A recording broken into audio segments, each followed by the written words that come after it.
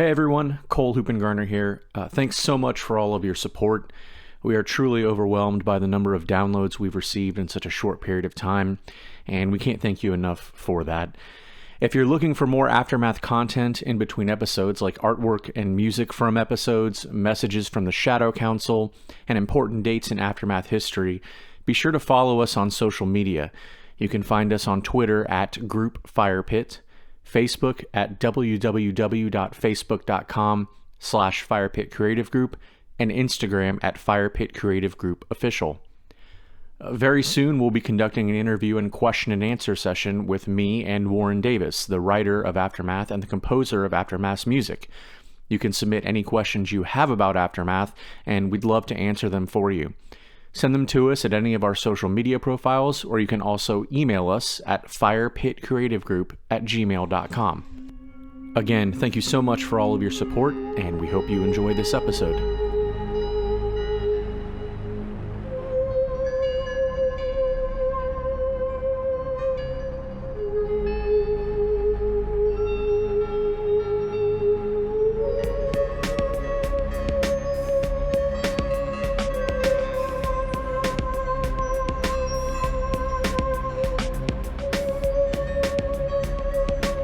Firepit Creative Group presents Aftermath, Episode 15, Threshold, Part 2.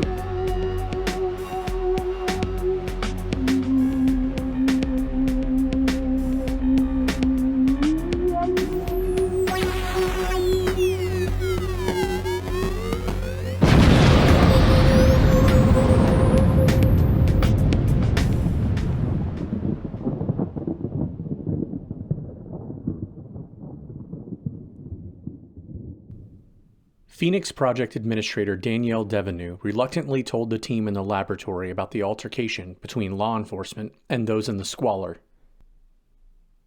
She explained that Dr. John Bath's longtime friend and roommate, Mike Helms, was arrested.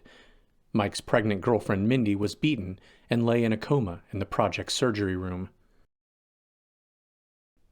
Enraged, John demanded for Devenu to allow him to go to his friends. At General Castro's insistence, Devenu demurred. The laboratory doors closed. John walked swiftly up the ramp with Cuddy close behind him. "Hold up a tick," the Major insisted. Bath turned sharply, saw the Major's eyes narrow, his expression fixed in scorn. Bath had seen the look too many times from men of the Major's station. He was about to say something. Then, unexpectedly, Cuddy retreated a little. He seemed to soften. "Go help your friends," Cuddy told John sincerely. "I'll get to the bottom of this." Bath nodded, but said nothing. He went to the infirmary to check on Mindy. Despite his protestations, he was denied access. A disembodied voice on a loudspeaker insisted the area was under permanent surveillance. "This is a matter for the Shadow Council." The voice echoed what Devenu told him earlier, as if this was supposed to satisfy or comfort John.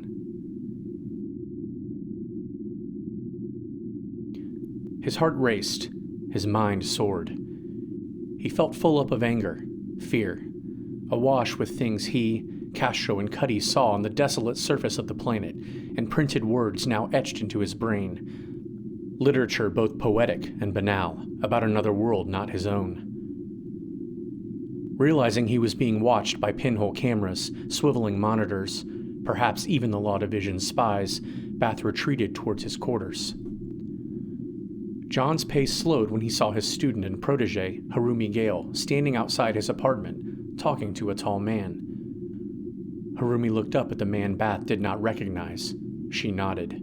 The man smiled at Harumi, glanced over at John as he approached, and walked away. "Who is that?" Bath asked. Harumi swallowed hard. "No one." She focused intently on her teacher. "Where have you been?" Bath stood, arms akimbo. "You know about Mike? Mindy?" "I've been looking for you," Harumi nodded. Security rousted the squalor. They came in with full armor and stun batons, went to work on everyone, dragged them to holding. They took prisoners. It was awful, John. Bath glanced around, wondering who was watching them. He touched Harumi's soft arm below the shoulder and walked her over to the wall. Why? Why did they do this? Why? Harumi swatted a lock of hair out of her eyes. Because they could. Where's Mike? Bath asked. There was a meeting, and the younger Asian woman was usually highly articulate. Something had distracted her, John thought. Something other than what happened to Mike and Mindy. Do you know Maricela, the lunch lady? Harumi asked. Bath shrugged. You mean the old lady from the cafeteria? Harumi nodded. John, don't be so naive. Bath paused. In that moment, he realized his trusted student and would-be lover confirmed Maricela Santiago was the leader of the dissidents in the Phoenix Project. The lunch lady organized those opposed to the Central Processor and the Shadow Council, and Professor Harumi Gale was one of them. So it's true. Bath lowered his voice. He felt his pulse race, as if he was back inside the transference coffin, his consciousness idly waiting to be beamed through the green stream, uploaded into his simulacrum.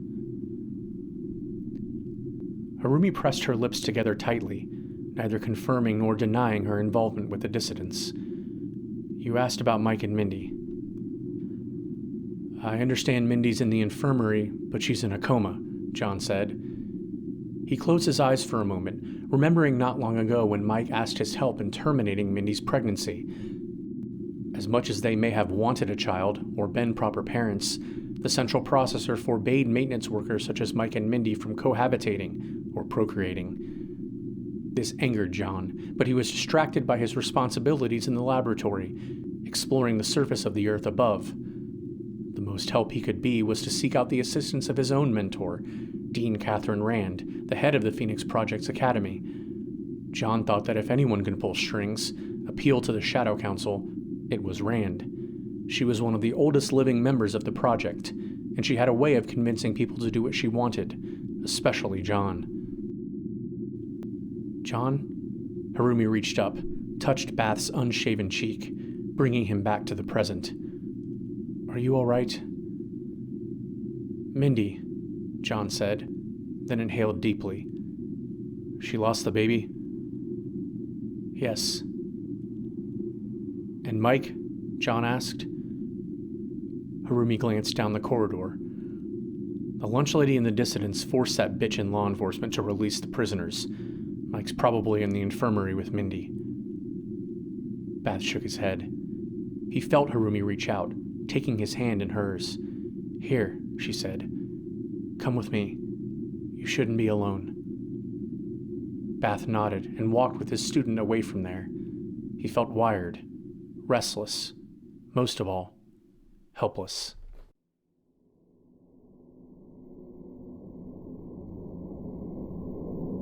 General Castro had always been taught to keep his back straight, whether sitting or standing. Yet poor sleep, coupled with the unfamiliar sensations of the green stream transference system, had drained the general of his already atrophied strength, and he found himself struggling to maintain proper composure in his ill-fitting wheelchair. He drew a long sip of the brown liquid that passed for coffee in the Phoenix Project. He doubted an actual coffee bean had ever been within a mile of the brew, but the synthetic caffeine was potent enough, and he had certainly drank worse. He held the info pad in his aching hands, poring over the files that had been provided for his review, looking for something, anything that could give him an advantage in leading his team. He watched Administrator Danielle Devenu, Chief Surgeon Miral Ganaya, and Engineer Donna Chang work. They spoke to each other minimally. Their relationship was professional, nothing more. How long will the upgrades take? Castro asked Danielle, Miral, and Donna. A few hours, Chang replied. She continued working furtively. That's all? Swift work, Castro said, satisfied. Good. He turned his attention back to Ganaya, watching her tired but handsome face contort. There was something distantly familiar, too familiar about her. When Castro was a soldier, his country and Ganaya's had been enemies. But here, in this dismal, subterranean place, he felt a connection to Miral. She showed him a kindness and concern he rarely felt from any woman, even his long-suffering wife who was now deceased.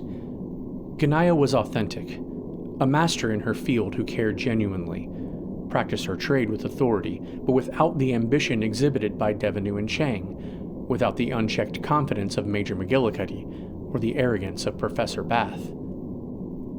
Despite her age and his innate prejudice, General Castro found the doctor exotic, beautiful, but she was different than the others.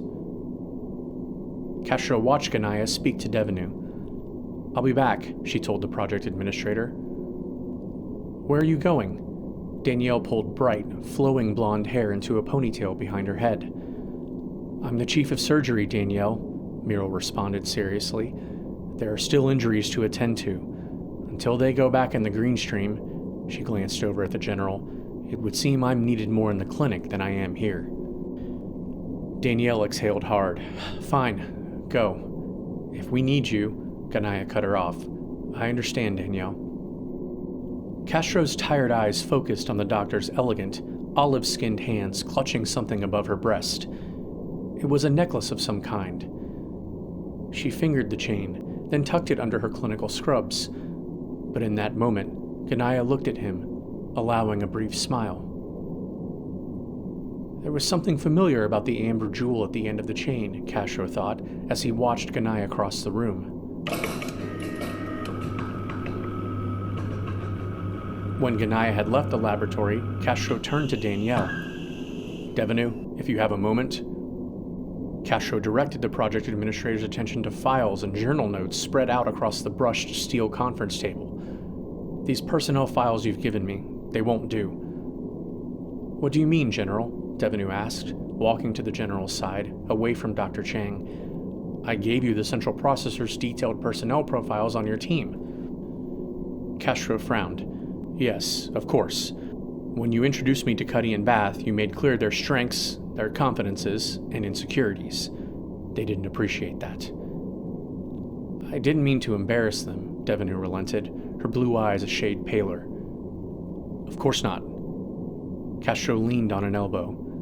He looked at the lab door, then back at Devenu, his thoughts fixed on Ganaya and the stone hanging from her neck.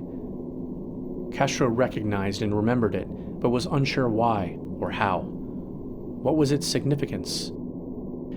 I wanted the personnel files for all of my team," Castro explained. "Doctors Chang and Ganaya, and yourself."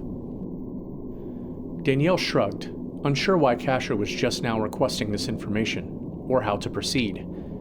In the weeks since Castro was retrieved from cryostasis and his team's first excursion to the surface, General Castro seemed to accept her authority. Was he now testing his limits? Or hers? "Doctors Ganaya and Chang are part of the project team," Devenu explained, "but they are not your subordinates." Castro fixed his expression, carefully trying not to give away the source of his interest. "I wouldn't presume to give them orders regarding their duties here, underground. But, as mission leader, I understand," the project administrator cut him off. "I can approve you for immediate access to Level 1 basic data on those in the Phoenix Project. Anything more in-depth than that will have to be cleared by the Shadow Council." Castro nodded. It wasn't everything he wanted, but it was a start. Danielle turned to Chang. "Give him access to Level 1 data on all citizens. Send the authentication code to me, and I'll clear it." Chang said nothing as she typed rapidly on her console. A blue screen flashed. The engineer typed again and closed out the screen, returning her attention to her other duties. "Thank you kindly," Castro flashed a smile.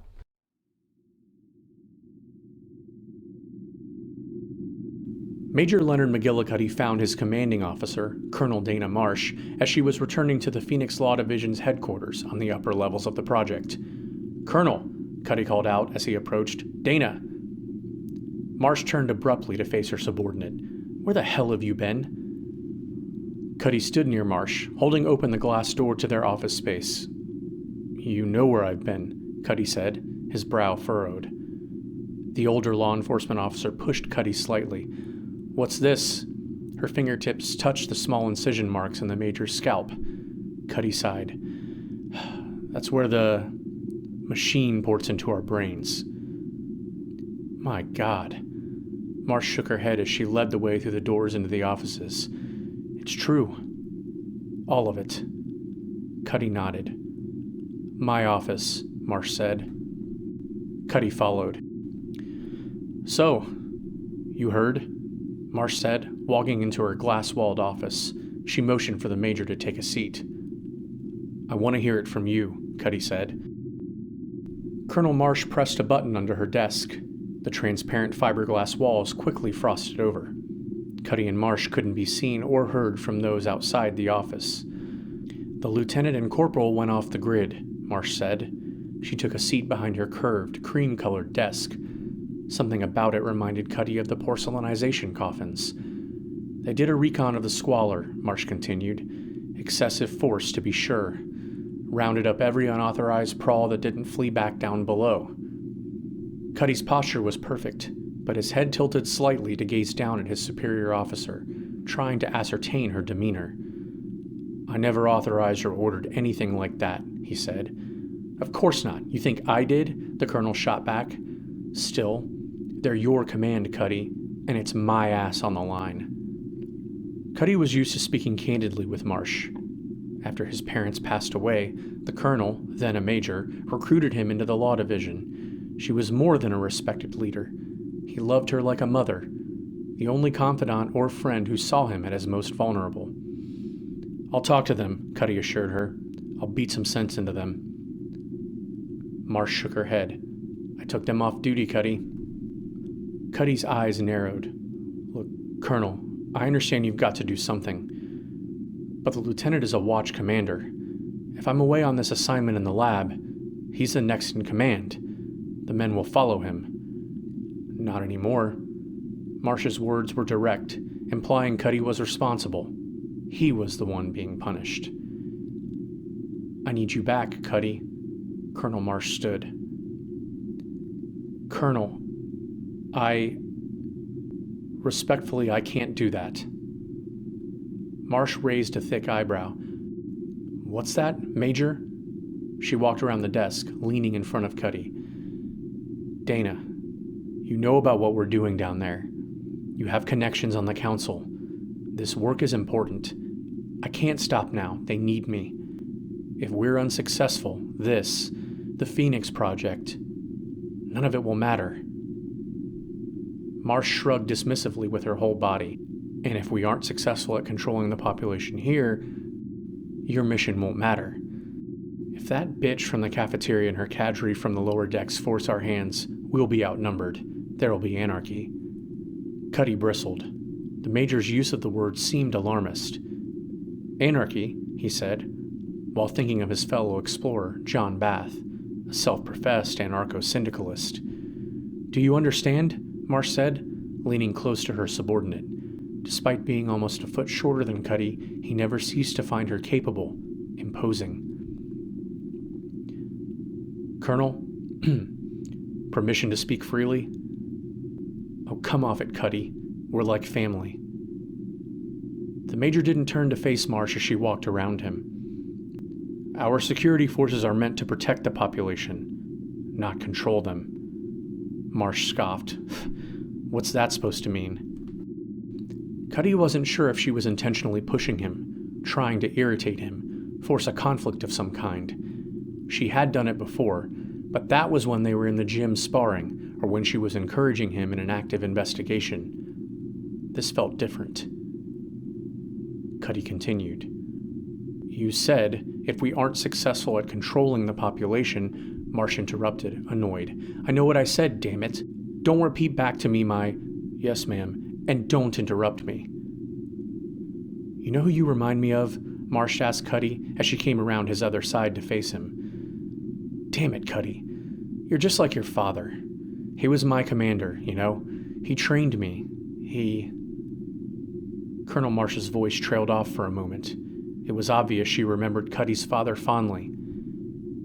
He was complicated too, she said. I admired him, and he trusted me.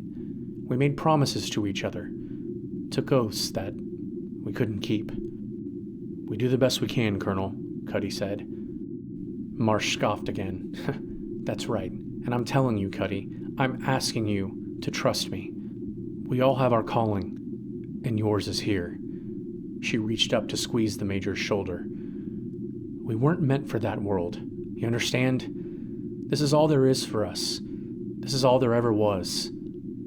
Selected by the Central Processor to protect the Phoenix Project, to keep order, to ensure that one day the best and brightest citizens like your Dr. Ganaya and Chang and Bath would breed loyal citizens.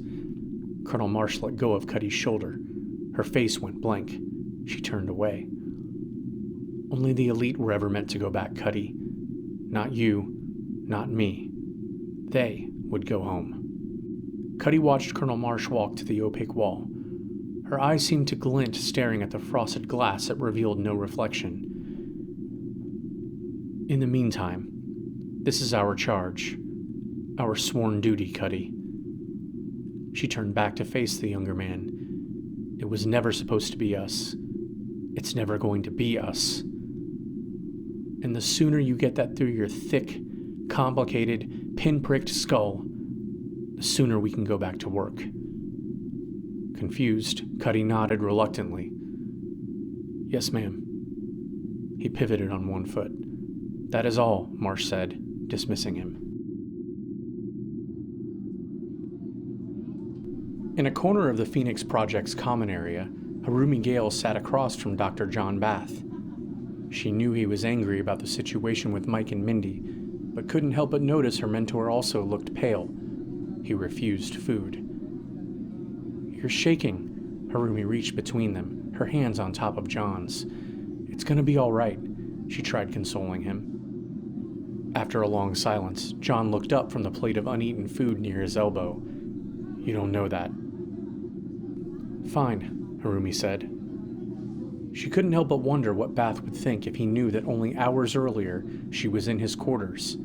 There, Harumi made a deal with the man Bath saw her speaking to in the hall. Gabriel Princip was a member of the Phoenix Law Division Diagnostics and Programming Section. Princip claimed to be aligned with the dissidents, using his position in law enforcement to protect disparate voices like John Bath's. He was handsome, persuasive, and knew all about John's secret mission in the laboratory, exploring the surface of Earth. Gabriel offered to help Harumi protect John, to provide useful information in return for access to John's secret blue and brown notebooks in which he recorded his research theories and ideas. It's something else, Harumi said, matter-of-factly, isn't it? Of course, John looked up, eyebrows raised. Retreating from his most capable student was useless. You know. Harumi nodded. Yes. She stroked the back of his hand. He didn't resist or pull away. Tell me. John. You know you can tell me. Bath's eyes glanced around the room, but his body didn't move. I recently had some opportunity to read some literature from before the fall. Mostly novels, crime, romance. The Central Processor let you have access to that stuff? Harumi looked confused. I thought with the forced limitations on its memory, John pulled away slightly, his back erect. How do you know about that? He asked, then looked down at their hands held together between them. Harumi smiled and responded to Bath's question with one of her own. How did you get a hold of those books? Bath lifted his hand from hers, tried to make withdrawing look casual. Well, it seems the 20th and 21st century culture was consumed, obsessed with sex, crime, politics, and sports. You knew that, Harumi nodded knowingly. Bath had taken her into his confidence about the special exploratory operation to the surface, but insisted they minimize exposure, what they said in public. And you're surprised because, I mean in a totally unhealthy way, Bath said. They were transfixed by personal gratification, murder, greed, ambition. While Bath was well versed in history, philosophy, and anthropology, Harumi felt her teacher often revealed an odd naivete when it came to his analysis of culture.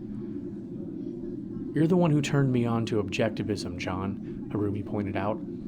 I've always thought your inclusion of the philosophy of selfishness was something of a contradiction in comparison to anarchism, but, irritated, Bath interjected. As a worldview, he said, green eyes wide and glinting. Like Nietzsche's philosophy, it's a way of thinking, stimulating thought, not a way of life.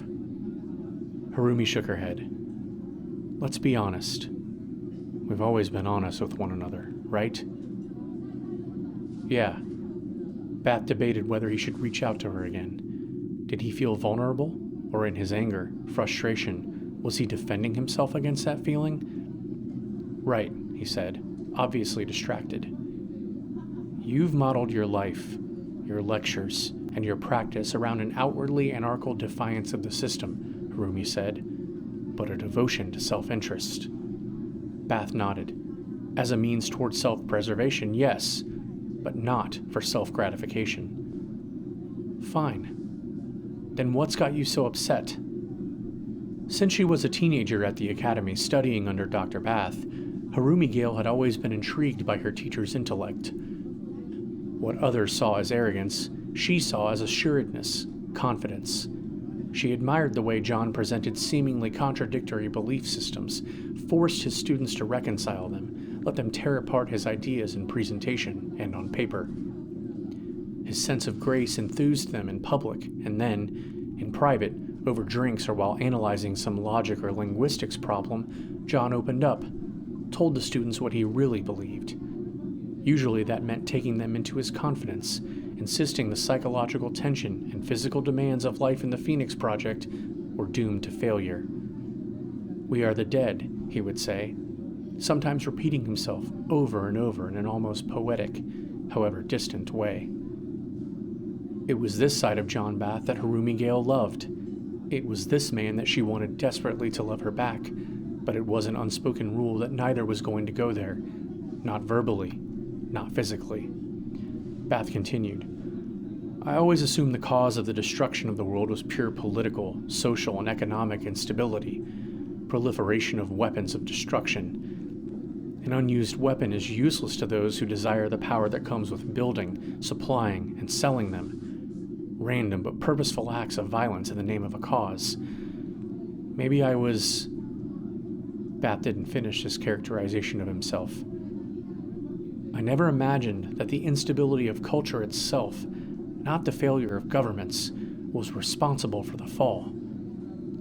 And yet, Harumi's tone was measured, designed to continue challenging John until he worked through the problem, came to some revelation. You champion the needs, the rights, the responsibility of individuals. Why do you care so much about society all of a sudden? What's changed? Bath swallowed hard.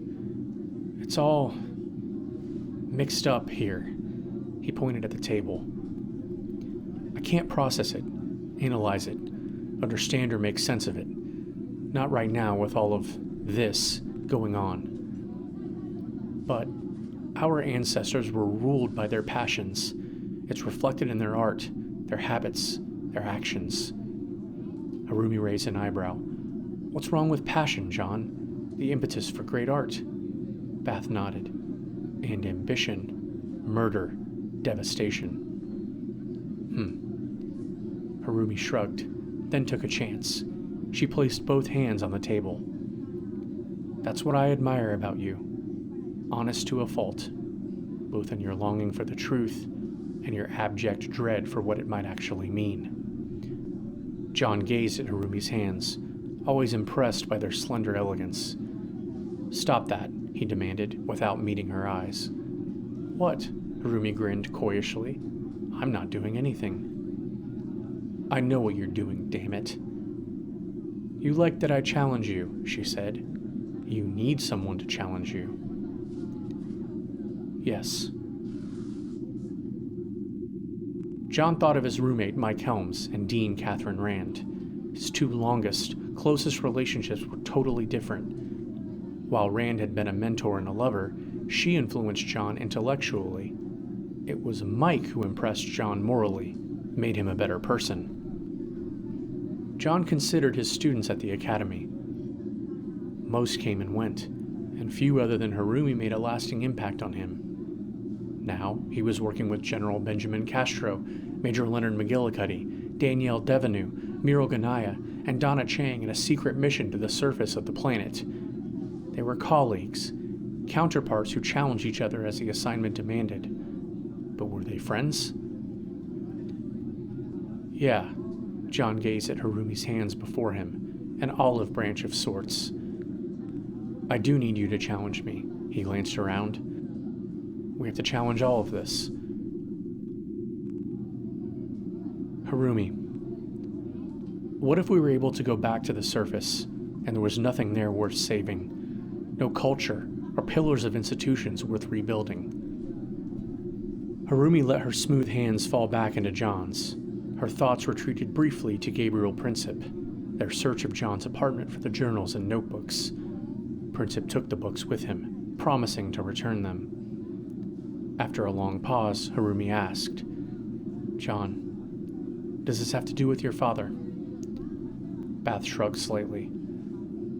What if what was left was the same as when we left? What if when we went back to the surface and the people of the Phoenix Project and the survivors never learned from history, their old ways, their preoccupations with lust and killing, rivalries for wealth and power? Spoken like a true anarcho-syndicalist, Harumi grinned, showing her teeth. You've always cautioned against believing the Phoenix Project was the science project that would rehabilitate the human race. Bath remained quiet, his expression serious. Well, Harumi looked down at their hands held together, then back up at Bath's green eyes. If you're asking, would I go back to the surface and become a hermit? Hide under a rock? No, John interjected. I'm saying, if we went back, what's to prevent it from happening all over again? Us against them. Culture wars, race conflict, class warfare. Thomas Huxley's survival of the fittest, Harumi said. How can we have evolved beyond our own nature? I wanted to believe we were beyond these same old nature versus nurture arguments, Bath said. Harumi laughed, her hands pulling away slightly. Not in the Phoenix Project. Exactly, John implored. Must we replicate the dysfunctions of what's now starting to break out here in the project? If I went back, Harumi said, looking around, wondering if Maricela Santiago had returned to her position in the cafeteria. Hypothetically, I wouldn't let that happen. We're intellectuals, John. A new world would need us, our knowledge, our leadership. We would set things on the right path. We would make things right by improving on what remains and make sustainable a progressive vision that eradicates the power-hungry and limits control of wanton bureaucrats.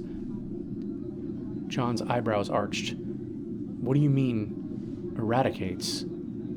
I mean, as much as we know the computer and the Shadow Council are supposed to serve our interest, but they both are flawed. Harumi glanced overhead at the rotating cameras in the common area. She knew she and John were positioned just so their lips were unreadable.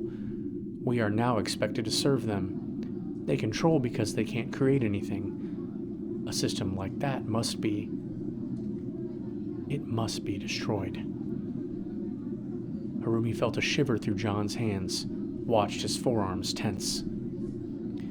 She thought again about Gabriel Princip, his role in the law division. Harumi was eager to determine if Gabriel could be trusted, useful, manipulated. Did you ever stop to think the Central Processor and the Shadow Council aren't the only ones watching, listening? She asked Bath. What? What do you mean? Harumi guided John's hand to her cheek. It's like you've always said. Let them listen, John. She turned her lips to the back of his hand. Let them listen and learn. There are others who have got your back.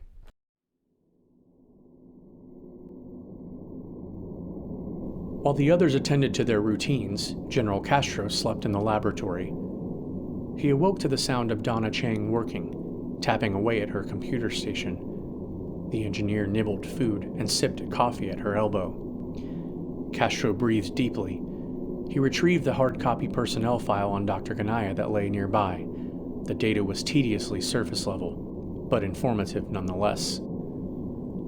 Dr. Muriel Ganaya had been first in her class at the medical academy. Her promotion to her current position was swift and assured. There were no major personality flags or criminal incidents of any kind. She was, it seemed, a model citizen. The general's finger traced down the page. Muriel never married, and though she was cleared for procreation by the central processor, she had no children. Castro wondered why, then noted her age. Despite Muriel's warm complexion and youthful appearance, she had been born in 2067, the year the survivors, including her mother, went underground. Muriel's mother must have been pregnant when she went underground, and Muriel must have been one of the first, if not the first, child born in the Phoenix Project. Without knowing why, Castro felt his heart race, his breath become ragged. No, he thought. It couldn't be. Ganaya's face, her demeanor, were too familiar, and the pendant she wore under her hospital scrubs, it reminded him of... Castro frantically searched Ganaya's file. Photos were scarce, academy pictures mostly, identification profiles. Then he came across an image of Ganaya's medical academy graduation, her mother standing proudly at her side. As if he was in his simulacrum, mechanical eyes scrolling, focusing, Castro zoomed in on the jewel hanging between Ganaya's mother's gorgeous clavicles. Castro dropped the file and clutched his chest. Through shivers of shattered memory, the after effects of cryonic preservation and maturity, Castro recalled Ganaya's mother. Adnan Ganaya was the Iranian ambassador to the United Nations and the sworn enemy of Israel. Worse, he was a monster, a public bully and private sadist. His wife was little more than a concubine and slave, trapped in a hideous mockery of marriage. Castro remembered their first meeting at a diplomatic dinner, where, of all people, Dr. Bath's mother introduced them. He remembered their first kiss, when she retreated to him, of all people, for solace. He flashed on her perfumed figure beside him, her exposed body beneath him. He remembered killing her husband. Despite the paralysis of his lower limbs, Castro leaned back in the hammock with the full weight of the century since his own birth laid upon him. The full weight of the knowledge that Muriel Ganaya was most certainly his daughter. Castro swallowed hard, trying to push this recent revelation from his mind. It would do no good to dwell on it now. He leaned forward in his hammock and pulled the nearby wheelchair to him. "Here," Chang walked towards Castro. "Let me help you with that." "Thank you," he said, as Chang hoisted him into the wheelchair. The short woman was stronger than she appeared. "You're welcome," she said, guiding the elderly man into the chair. As Castro wheeled himself over to a weight bench, Chang returned to her workstation. The laboratory doors opened, and Danielle Devenu entered the room. The general lifted two 25-pound weights from the bench. He curled them, flexing his biceps. Without turning to the project administrator, the general spoke to Devenu as if they were in the middle of an unfinished conversation. "You know," Castro told her, "as the intermediary between this mission and your council, you have to clean this up." "What?" Devenu hovered between Chang and the conference table. She looked much more polished, put together than she did earlier. As she often did, Devenu wore a colorful, form-fitting jumpsuit and makeup which accentuated her beautiful, discernibly French features. "On the surface," Castro explained, "I'm a capable commander. Here," he groaned, alternating repetitions with the weights, "you're responsible for mediating what happens between McGillicuddy and Bath." Devenu walked over to the general. "What do you suggest?" Castro returned the weights to their stand. He looked up at the lovely young woman. "Bath's difficult, but he's not one of those dissidents." "You don't know that," Chang mumbled, without looking at the others. Castro ignored the engineer. "And for all of Bath's protestations, Cuddy's no fascist. He may be eager for action, but he's disciplined." Devenu stood with hands on hips. "I'm not responsible for what they do in their private lives." Castro flashed a handsome grin. "From what I hear, in the Phoenix Project, there's no such thing as a private life. not where your central processor and shadow counsel are concerned. Devanu's sculpted eyebrows lowered, but her posture relaxed. What are you suggesting? Castro rolled the wheelchair closer, then paused. If you expect this mission to succeed, you have to find a way to smooth things over for them. Bath's ideological and loyal to his friends, and Cuddy feels an intense sense of duty. But whatever's going on up there, Castro looked at the high ceiling of the laboratory, is a distraction. It will pull them away from this mission, and put them at odds with each other. I know, Danielle nodded. I understand. Castro patted her on the arm. Good. Then you'll take care of it. The general braced his hands on the tires of the wheelchair. He rolled himself over to the conference table. Danielle turned. So what do you recommend? Soldiers can be drafted, but they will only serve if they believe in the cause, Castro said. I think in this case, it would go a long way if we, all of us, yourself included, knew more about why we were chosen, about the purpose of this mission, the expectations of the Council, and who we serve. Devenu spoke to the general's back. The central processor and the Shadow Council, Castro waved a hand. Yes. They were designed to make decisions for the citizens under their own anonymity, a terrible means and authority for determining the goals and objectives of a military operation. I never said this was a military mission, Devenu shot back. Castro looked over his shoulder. Did your Shadow Council ever say it wasn't? I may be a man out of time, but just like your blessed computer and all this wonderful technology, I'm adaptable. Castro wheeled himself around to face the project administrator. Devenu walked to the table. Let me think about it, she said, sincerely. Fair enough, Castro replied. Now, the general glanced at Chang, then up at Devenu. Let's figure out how I'm going to port back in and get the hell out of that pit.